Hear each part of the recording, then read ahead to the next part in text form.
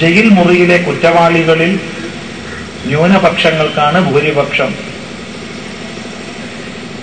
Mental ഹോസ്പിറ്റലിലെ മനോരോഗികളിലും ന്യൂനപക്ഷങ്ങൾക്കാണ് ഭൂരിപക്ഷം. Bank കവർച്ച ഉണ്ടായാൽ അവിടെയും ന്യൂനപക്ഷങ്ങൾ തന്നെ ഭൂരിപക്ഷം. ഇതിനെന്താണ് കാരണം? അത് അപഗ്രഥിക്കേണ്ടവർ അപഗ്രഥിക്കട്ടെ. ഈ മനുഷ്യ സമൂഹത്തെ ന്യൂനപക്ഷമെന്നും ഭൂരിപക്ഷമെന്നും വിഭജിക്കുന്നതിനോട് നമുക്ക് യോജിപ്പില്ല. അത് ഇന്നലെ ഇവിടെ വ്യക്തമായി പറഞ്ഞു കഴിഞ്ഞു. നാം രാഷ്ട്രത്തിലെ പൗരന്മാരെ കാണുന്നു, രാഷ്ട്രമാകുന്ന മാതാവിന്റെ മക്കളെ കാണുന്നു. അവിടെ ന്യൂനപക്ഷം ഭൂരിപക്ഷം കാണുന്നില്ല. പക്ഷെ ഇത് നമ്മൾ ഇവിടെ ഈ മുതലക്കുളം മൈതാനിയിൽ ഈ കെട്ടിയുണ്ടാക്കിയ സ്റ്റേജിന്റെ മുകളിൽ ഇരുന്ന് പറഞ്ഞതുകൊണ്ട് കാര്യമില്ല. കാരണം ഇവിടെ ഭരണഘടനാപരമായി തന്നെ ഉണ്ടാക്കപ്പെടുന്ന സർവ്വ നിയമങ്ങളുടെയും പിൻബലത്താൽ തന്നെ രൂപീകരിക്കപ്പെടുന്ന സർവ്വ നയങ്ങൾക്കും അനുസരിച്ച് തന്നെ സമൂഹത്തെ രണ്ടായി വിഭജിച്ചിട്ടുണ്ട്, ന്യൂനപക്ഷമെന്നും ഭൂരിപക്ഷമെന്നും. പക്ഷെ ആ വിഭജനത്തിന് ഒരർത്ഥവുമില്ലെന്ന് അല്പം പരിശോധിച്ചാൽ മനസ്സിലാവും. കാരണം ആരുടെ വാക്കാണ് മാനിക്കേണ്ടതെന്ന് ചോദിച്ചാൽ ന്യൂനപക്ഷത്തിന്റെ വാക്കാണെന്ന് പറയും. എന്നാൽ ന്യൂനപക്ഷം ഭൂരിപക്ഷമായ പ്രദേശത്തോ എന്ന് ചോദിച്ചാൽ അവിടെ ഭൂരിപക്ഷത്തിൻ്റെതാണെന്നും പറയും.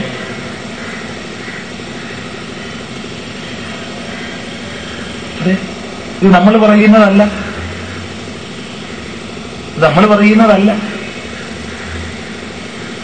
സെൻട്രൽ ഗവൺമെന്റിന്റെ ഇന്നും നിലവിലുള്ള 1980 ആദ്യ കാലഘട്ടത്തിൽ പുറപ്പെടുവിച്ച ഒരു നോട്ടിഫിക്കേഷൻ അനുസരിച്ച് 40 ജില്ലകളെ ഇന്നല്ല, ഇന്നതൊരു 120ഓളം വരും, 40 ജില്ലകളെ മുസ്ലിം ഡോമിനേറ്റഡ് ഡിസ്ട്രിക്ട്സ് എന്ന് പ്രഖ്യാപിച്ചിട്ടുണ്ട്. അതിൽ 5 എണ്ണം കേരളത്തിലാണ് കേട്ടോ. ഈ ജില്ലകളിൽ നയപരമായ വിഷയങ്ങൾ രൂപീകരിക്കുന്ന സമയത്ത് ആ ജില്ലയിലെ ഡോമിനേറ്റഡ് കമ്മ്യൂണിറ്റിക്ക് പ്രാധാന്യം നൽകണം എന്ന് വ്യക്തമായി അനുശാസിച്ചിട്ടുണ്ട്.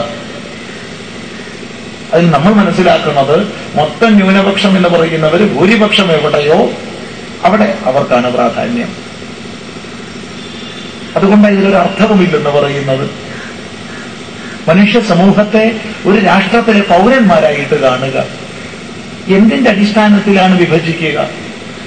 മതം എന്നുള്ളത്, ആരാധന എന്നുള്ളത്, ഉപാസന എന്നുള്ളത് എല്ലാം വ്യക്തിയെ സംശുദ്ധമാക്കി തീർക്കാനും അവനവന്റെ ഉപാസനയിലൂടെ കൂടുതൽ കൂടുതൽ ചിത്തശുദ്ധിയെ ആർജിച്ച് ആത്യന്തികമായ നിശ്രേയസത്തിലേക്ക് ഉയരാനുമുള്ളതാണെങ്കിൽ അതിനെ എന്തിന് ഇപ്രകാരം ഒരു മാനത്തിലേക്ക് കൊണ്ടുപോയി മനുഷ്യനെ വിഭജിക്കുന്നതിനായി കൊണ്ട് വിനിയോഗിക്കണം? പക്ഷെ ഇവിടെ എല്ലാ വിഷയങ്ങളിലും ഇങ്ങനെയാണ്. കേരളത്തിൽ ഉദാഹരണത്തിന് പറയട്ടെ, ഏതെങ്കിലും വിദ്യാലയത്തില് എയ്ഡഡ് വിദ്യാലയങ്ങളിലും ഗവൺമെന്റ് വിദ്യാലയങ്ങളിലും 51% വിദ്യാർത്ഥികള് മുസ്ലിം സമുദായ അംഗങ്ങളാണെങ്കിൽ ആ വിദ്യാലയത്തിന്റെ പേര് മുസ്ലിം സ്കൂൾ എന്നാക്കിക്കൊള്ളണം. എന്നാൽ പിന്നീട് ആ എണ്ണം കുറഞ്ഞാൽ, അത് കുറയാൻ പോകുന്നില്ല, അത് വേറെ വിഷയം. കാരണം ജിയോമെട്രിക്കൽ പ്രൊപ്പോർഷനിലാണ് ഈ പോപ്പുലേഷൻ കൂടുന്നത്. ഹിന്ദുവിന്റെ പോപ്പുലേഷൻ അരിതമെറ്റിക് പ്രൊപ്പോർഷൻ പോലും ഇന്നില്ല. സത്യമാണ്. ഇതിനെന്തിനു മടിക്കണം? മറ്റത് ജിയോമെട്രിക്കൽ പ്രൊപ്പോർഷൻ 1, 3, 9, 27 എന്നുള്ള മട്ടിലാണ്. അതുകൊണ്ട് പേര് തിരിച്ചു വരാൻ പോകുന്നില്ല. എങ്കിലും നോട്ടിഫിക്കേഷൻ എങ്ങനെയാണ്? ഏതെങ്കിലും കാലം തിരിച്ചയാൽ ആ പേര് മാറില്ല എന്നാണ്. അതായത് ഇവിടുന്ന് തൂണിന്റെ അടുത്തേക്ക് 4 മീറ്റർ, അവിടെ നിന്ന് ഇങ്ങോട്ട് 1/2 മീറ്റർ. ചിന്തിക്കുക, ഒരു വിദ്യാലയം എങ്ങനെയാ ഇസ്ലാം വിദ്യാലയമാവുക? എങ്ങനെയാ ക്രിസ്ത്യൻ വിദ്യാലയമാവുക? എങ്ങനെ ഹിന്ദു വിദ്യാലയമാവുക? അത് വിദ്യക്കുള്ള ആലയമല്ലേ? അവിടെയുള്ള വിദ്യാർത്ഥികളെ മതത്തിന്റെ അടിസ്ഥാനത്തിൽ വിഭജിക്കുകയാണോ? ഇത് ഞങ്ങളുടെ പേരിലുള്ള വിദ്യാലയമാണെന്ന് പറയുമ്പോൾ ആ വിഭാഗത്തിൽപ്പെട്ട വിദ്യാർത്ഥികൾക്ക്, കൊച്ചു മനസ്സുകൾക്ക് ഒരു സുപ്പീരിയോറിറ്റി ഫീലിംഗ് തോന്നുക സ്വാഭാവികമാണ്. ഇത് നമ്മിൽ നിന്ന് അന്യമായൊരു മതവിഭാഗത്തിന്റെ പേരിലുള്ള വിദ്യാലയമാണല്ലോ എന്നുള്ള ബോധം ഉണ്ടാവുമ്പോൾ അതല്ലാത്ത വിദ്യാർത്ഥികൾക്ക് ഒരു ഇൻഫീരിയോറിറ്റി കോംപ്ലക്സ് തോന്നുക എന്നുള്ളതും സ്വാഭാവികമാണ്. ഇങ്ങനെ വിദ്യാർത്ഥികളിൽ തന്നെ വ്യക്തിത്വ വികാസത്തിന് വിഘാതം വരുത്തി തീർക്കുന്നതിന്റെ പേര് സർക്കാർ എന്നാണോ? ചിന്തിക്കുക. നേരെ മറിച്ച് വിദ്യാലയങ്ങളെ വിദ്യാലയങ്ങളായി കണ്ടാൽ പോലെ. ചിന്തിക്കുക ഒരല്പം.